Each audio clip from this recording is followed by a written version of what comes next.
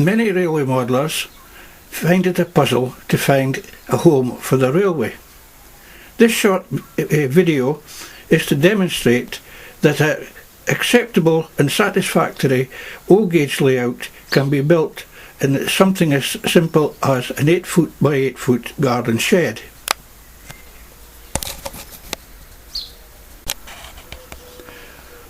The supposed location is a fictitious junction station on the old Great North of Scotland Railway branch line from Inverramsey to Macduff in Aberdeenshire.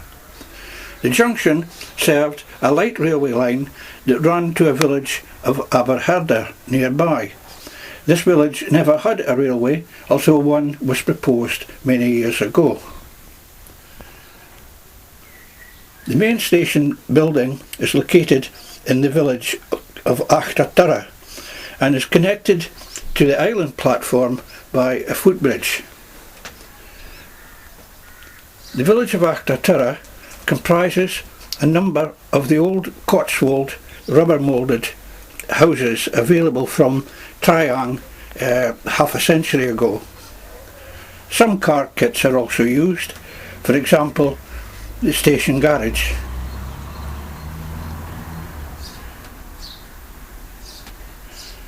The main station building is a model of Blacksboat Station on the Speyside line. It is an Invertrains resin kit and is a very effective and realistic building. Several of the buildings on the line are Invertrain kits, for example the signal box. Others are freelance, handmade from wood and scrap materials.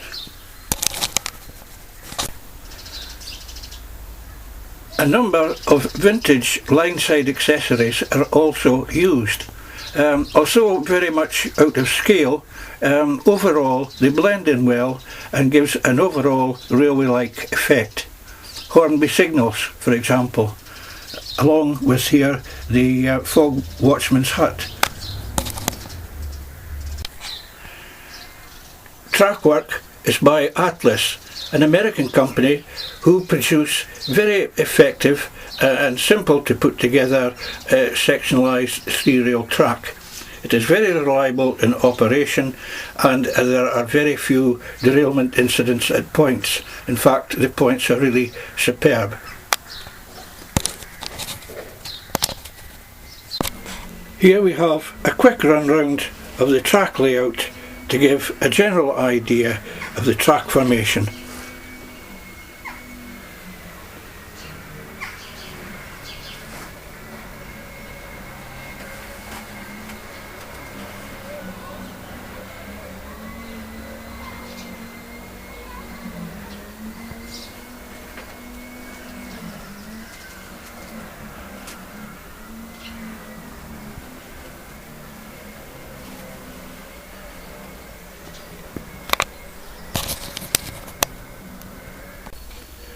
The layout consists of a basic oval with 2 crossing loops and 3 sidings. The locomotives are all fitted with isolation switches, therefore realistic train movements can be effected, crossing trains for example, shunting, attaching and detaching vehicles.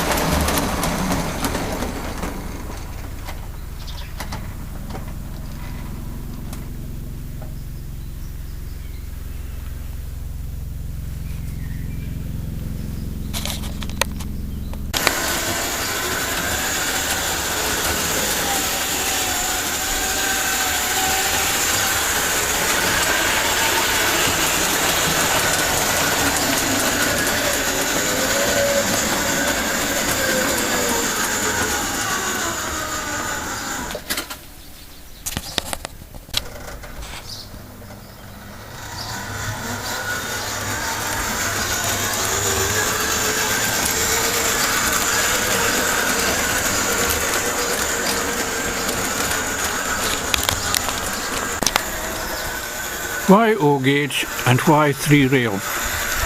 O gauge because of the size of the models, which give great satisfaction. 3 rail because it's simple and robust. Only 2 wires are required from the controller to the track, and that powers the whole railway, which is 100% live. The noise of the steel wheels on the steel rails and the clickety-clack eliminate any necessity for artificial electronic sounds.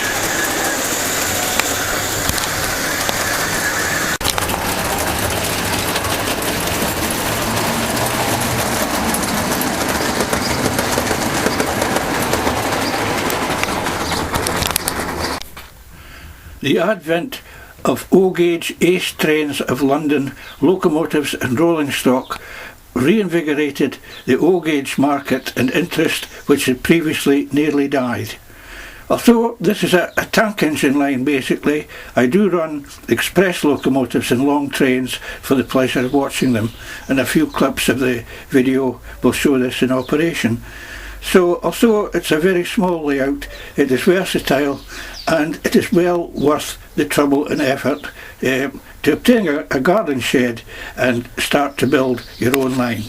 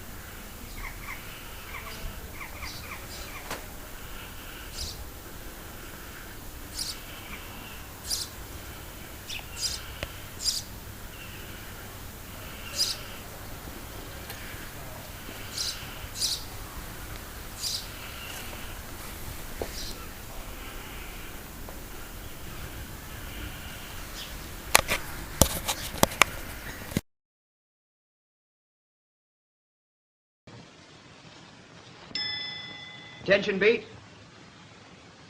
Attention beat received. Can you take postal special? Can take postal special.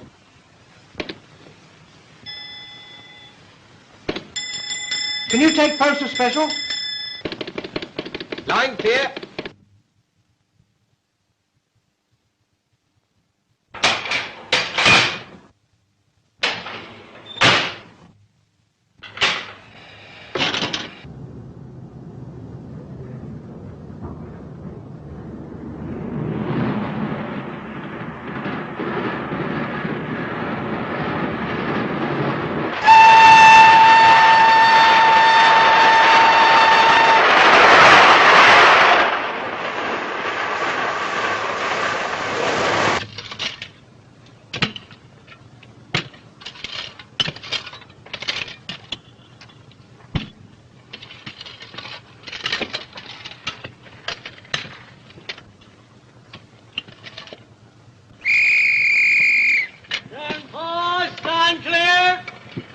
What'll be the postal, mate?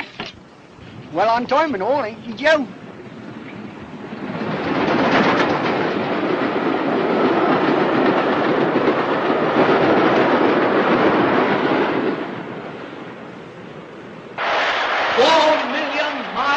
every year. 500 million letters every year.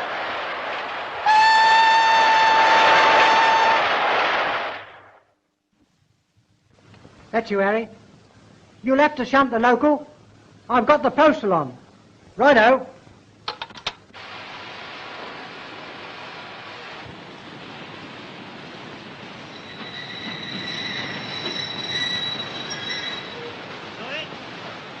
How long do we wait here?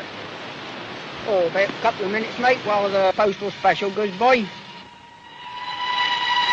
you are, here she comes. He's opening it tonight, mate. Trains from Lincolnshire and Derbyshire connect at Tamworth. Trains from Warwickshire and Leicestershire connect at Rugby.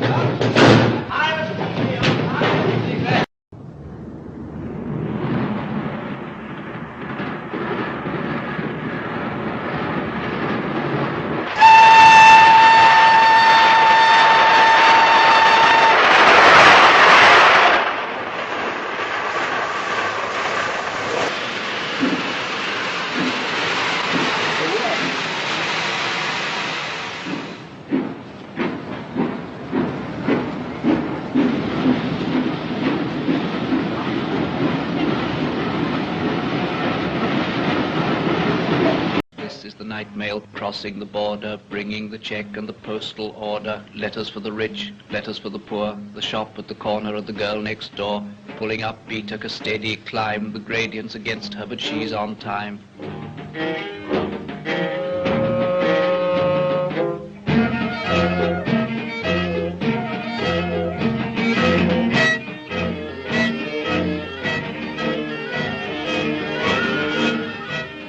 Past cotton grass and moorland boulder, shoveling white steam over her shoulder, snorting noisily as she passes, silent miles of wind-bent grasses. Birds turn their heads as she approaches, stare from the bushes at her blank-faced coaches. Sheepdogs cannot turn her course, they slumber on with paws across. In the farm she passes, no one wakes, but a jug in a bedroom gently shakes.